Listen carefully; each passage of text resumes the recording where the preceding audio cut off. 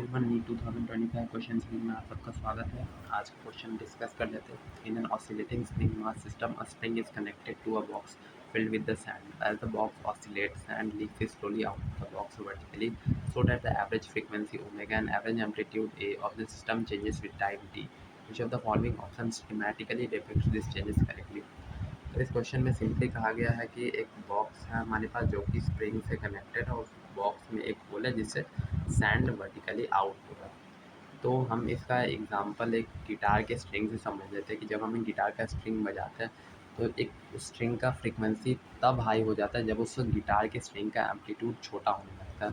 तो मतलब कि यहाँ पे भी कुछ ऐसा ही होगा, जैसे जैसे एम्पलीट्यूड छोटा होगा वैसे वैसे फ्रीक्वेंसी बहुत हाई हो जाएगी। तो इसका क्लियर आंसर ऑप्शन नंबर 4 चला जाता है। सो नेक्स्ट क्वेश्चन डिस्कस कर लेते हैं हम लोग। Which of the following option represent the variation of photoelectric current with the property of light shown on the x-axis? तो करंट और एक्स एक्सिस पे जो प्रॉपर्टी दी गई है उसका रिलेशन हमें चेक करना है। तो ऑप्शन ए को चेक कर रहे थे। यहाँ पे करंट और इंटेंसिटी का रिलेशन दिया गया है। हमें पता है कि करंट इंटेंसिटी के साथ लीनियरली वेरी करता है, तो ये एकदम करेक्ट ऑप्शन है। और भी ऑप्शन चेक कर लेते हैं। ऑप्शन नंबर बी में करंट और इंटेंसिटी का कोई मतलब कांस्टेंट रिलेशन दिया गया है जो कि गलत है। ऑप्शन नंबर सी में करंट और फ्रीक्वेंसी का रिलेशन दिया गया है जो कि गलत है, क्योंकि फ्रीक्वेंसी एनर्जी से रिलेटेड है। सो ऑप्शन नंबर डी में भी पता नहीं कुछ अलग ही ग्राफ दिया गया, तो ये भी इनकरेक्ट है। तो सिर्फ ऑप्शन ए करेक्ट हो जाता है। So this one is right, A only. Next question discuss कर लेते हैं।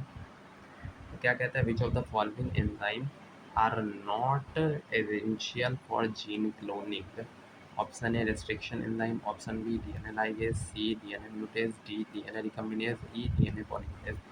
तो जीन क्लोनिंग करने के लिए जीन को काटना पड़ेगा जिसके लिए रेस्ट्रिक्शन एंजाइम लगेगा, तो this is the essential requirement.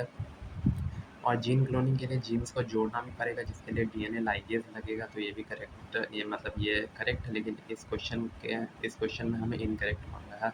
DNA mutase as such NCERT में कोई जिक्र नहीं है, तो DNA mutase is not required, so this could be our option. DNA recombinase लगता नहीं है, डीएनए रिकॉम्बिनेज नहीं लगता, इसका भी जिक्र एनसीईआरटी में नहीं किया गया, तो ये भी जा सकता है आंसर। डीएनए पॉलीमरेज लगता है, so option number C and D is correct. So option number 3 है। ऐसे ही कंटेंट को देखने के लिए प्लीज़ चैनल को सब्सक्राइब एंड फॉलो करके जुड़ जाए। लाइक बटन को हिट करना ना भूलें। Thank you for watching.